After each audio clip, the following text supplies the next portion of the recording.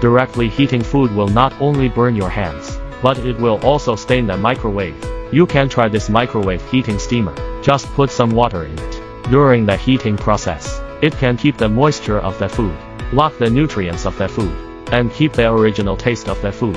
The outer surface will not be hot to the touch after heating. Multi-layer design. Heating food is more convenient and faster.